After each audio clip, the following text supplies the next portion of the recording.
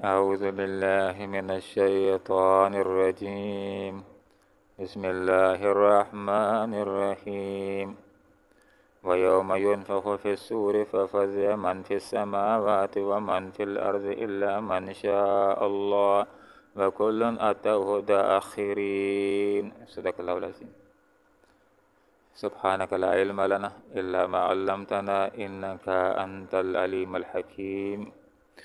ویوم اور جس دن ینفخ پھونکا جائے گا پھر سور میں ففزع تو گھبرا اٹھے گا من جو بھی ہے فی السماوات آسمانوں میں ومن اور جو فی الارض زمین میں الا سوائے من ان کے شاء اللہ جن کو اللہ چاہے وکلن اور سب کے ساتھ سب اتو آئیں گے اس کے پاس داخرین عاجز ہو کر کے.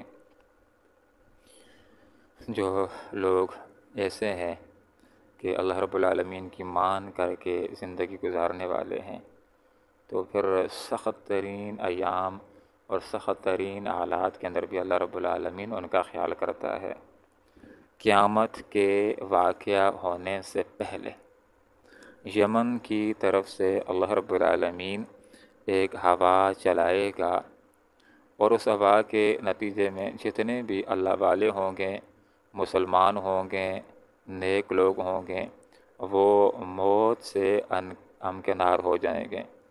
جس وقت دنیا کے اندر صرف ظالم رہ جائیں گے، صرف کافر رہ جائیں گے، صرف مشرک رہ جائیں گے تو ظالموں کے اوپر اللہ تعالیٰ گھبراہٹ والا دن لائے گا، بڑا دن لائے گا. قیامت کا دن یہ کافروں کے اوپر، ظالموں کے اوپر آئے گا اور وہ گھبراہٹ کا شکار ہوں گے. حضرت اسرافیل علیہ السلام جب پہلی دفعہ پھونک ماریں گے تو جو بھی زمین کے اوپر ہوں گے کافر ظالم وہ گھبرا اٹھیں گے. انتہائی زیادہ گھبراہٹ کا، پریشانی کا دن، ففزع گھبرا اٹھے گا. یوم جس دن ینفخ پھونکا جائے گا پھر سور میں تو پہلی دفعہ جب حضرت اسرافیل علیہ السلام پھونک ماریں گے ففزع گھبرا اٹھے گا. یہ کیا ہو گیا؟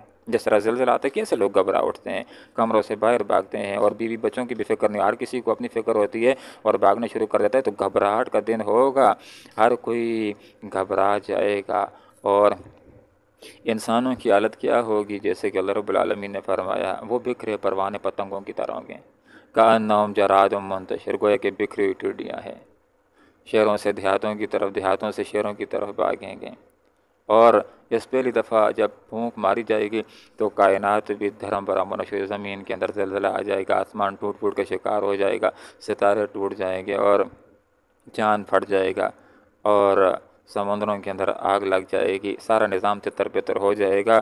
اور وَتَرَى الْجِبَالَ، اے انسان وہ پہاڑ کے جن کو آج تو دیکھتا ہے اور جن کے بارے میں تحسب ہوا تو گمان کرتا ہے جامدتاً کی انتہائی زیادہ جامد ہیں، انتہائی زیادہ مضبوط ہیں، جمے ہوئے ہیں. یہی پہاڑ جو انتہائی زیادہ مضبوط بھی ہیں، زمین کے اندر گھاڑے بھی ہوئے ہیں، وہی تمر مر السحاب، یہ قیامت والے دن یہ روئی کے گالوں کی طرح اڑ رہیں گے. اس طرح اڑ رہیں گے جس طرح سحاب اڑتے ہیں، بادل ادھر ہوتے ہیں، ہوا ان کو اڑا کر ادھر لے جاتی ہے، تو یہ پرزہ پرزہ ہو کر کے روئی کے گالوں کی طرح یہ اڑنا شروع ہو جائیں گے. تو اللہ کس قدر طاقتوں والا کہ کتنے مضبوط پہاڑ ہیں، ان کو روئی کی گالوں کی طرح یہ اللہ تعالیٰ ان کو اڑا دے گا. وہ کس قدر بڑی طاقتوں والا ہے. تو پہلی دفعہ جب پھونک ماری جائے گی تو پورا نظام جو اللہ نے بنایا، زمین بنایا، آسمان بنایا، یہ ساری چیزیں بنائی ہیں، ان سب کو اللہ تعالیٰ توڑے گا.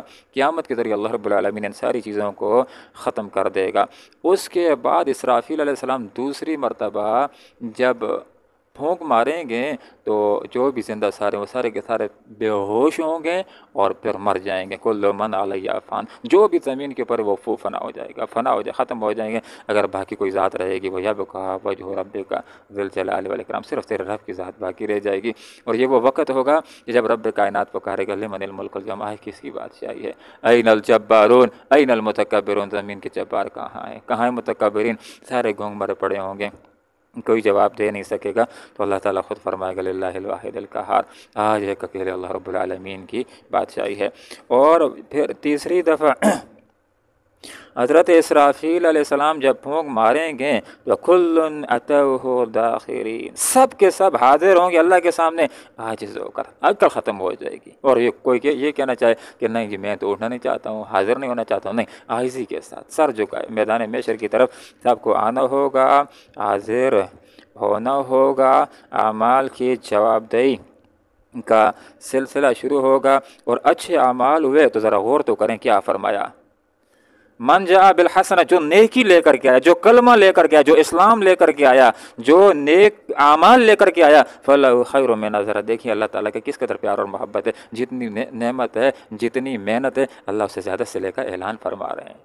ہمارے جو اعمال ہیں وہ جنت کے ایک گلاس کا بدل نہیں ہو سکتے ہیں، لیکن جو بھی یہ اللہ تعالیٰ کا کس قدر کرم ہے کہ انسان نیکی لے کر کے آئے، اللہ فرماتا ہے نیکی سے بڑھ کر صلہ دیا جائے گا، یہ جنت مل جائے، یہ نیکی سے بڑھ کر کے صلہ، اور پھر جنت کے اندر اللہ رب العالمین کا دیدار مل جائے تو یہ نیکی کی اتنی سخت نہیں، وہ تو اللہ تعالیٰ اپنے فضل سے ہمیں سب کچھ جنت بھی دے گا اور اپنا دیدار بھی کرائے گا، تو یہ ہماری نیکیوں سے بڑھ کر کے صلہ ہے، یہ اللہ تعالیٰ اپنے فضل کے ساتھ کرم کے ساتھ دے گا۔ کوئی اس کے راستے تو چلے تو صحیح، کوئی ارادے اور اہتمام کے ساتھ اللہ کے راستے کا ہو جائے تو اللہ رب العالمین پہ اس کے لیے اپنی عنایات کو عام کر دے گا۔ تو غور کیجئے کیا فرمایا، من جاء، جو آیا، بالحسنہ، نیکی کے ساتھ، اسلام کے ساتھ، دین کے ساتھ، کلمے کے ساتھ، نیکیوں کے ساتھ، گناہوں سے بچنے کے ساتھ، فلہ خیر منہا، تو اس کے لیے بدلہ ہوگا اس نیکی سے بہتر، جتنا اس کا بدلہ بنتا ہے اللہ رب العالمین اس سے زیادہ اس کو عنایت فرمائے گا، وہم، اور وہ من فزع، گھبراہٹ سے، یومئذ، اس دن کی، آمنون، مامون ہوں گے۔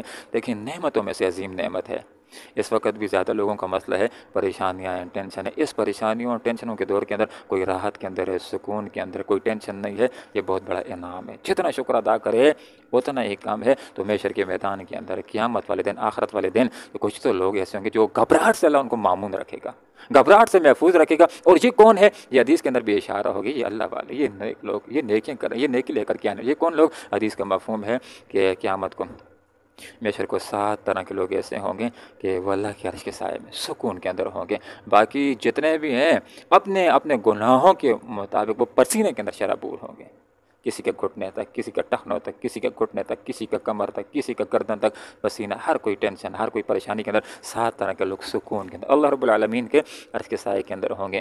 اس میں سے امام عادل بھی ہے، وہ بھی ہے جس کی جوانی اللہ کی بندگی میں گزرتی ہے، وہ بھی ہے جس کا دل مسجد کے ساتھ لگتا ہے، وہ 2 بھی ہیں جو اللہ کی رضا کے لیے اکٹھے ہوتے ہیں اور اللہ کی رضا کے لیے جدا ہوتے ہیں، وہ بھی ہے کہ جس کو تنہائی کے اندر موقع مل گیا اور غلط عورت نے اپنی طرف غلط کام کے لیے پکارا، اس نے اللہ سے ڈر کر کے اس کام کو چھوڑ دیا ہے۔ اس کے اندر وہ بھی شامل ہے کہ جو تنہائی کے اندر بیٹھا، اپنے گناہوں اس کو یاد آ گئے، توبہ کر لی، آنسو بہہ پڑے۔ اس کے اندر وہ بھی شامل ہے کہ دائیں ہاتھ نے دیا، بائیں کو پتہ نہیں چلا، یہ اخلاص کے ساتھ دینے والا، تو یہ لوگ اللہ رب العالمین کے عرش کے سائے میں ہوں گے۔ تو فرمایا کہ جو نیکی لے کر کے آیا